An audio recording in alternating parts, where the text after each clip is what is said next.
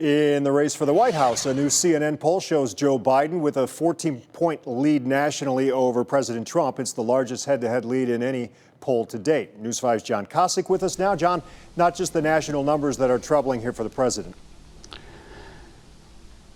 Yeah, 2016 showed, Rob, that the president could lose nationally, but still put together a string of states to win the Electoral College. But the numbers coming out of those states, like Ohio, have both camps paying very close attention.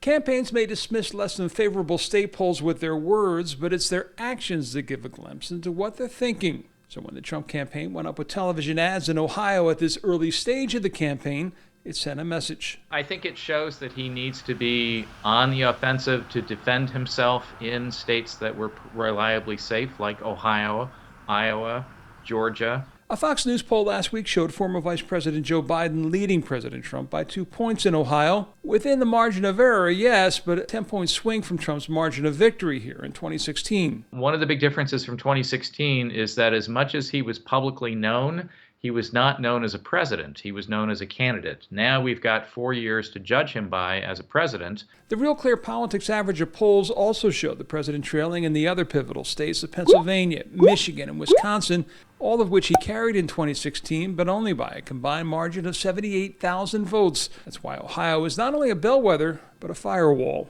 If you don't get Ohio, then in terms of the trend lines, you're definitely not going to win those other states and you're going to lose the Electoral College. The pandemic has taken traditional campaigning off the table, while the protests surrounding the death of George Floyd have done something that Sutton says Biden himself had trouble doing, and that is energize Democratic voters. I think the best thing for Biden and for the Biden campaign is that people at those demonstrations and those that support what was happening in those have a memory that's 5 months long through the election. And that memory, I think, will carry those constituencies that he must get, particularly in Ohio, in order to carry states like ours. Now, the president's overall approval rating in that CNN poll was just 38%, with the majority of those polls saying they trusted Joe Biden more for the handling of the coronavirus crisis as well as race relations. The majority, though, favored President Trump, though, when it came to handling the economy. Okay, John, jump into those numbers for us if you can. How does that approval rating stack up historically when we get to this stage of an election?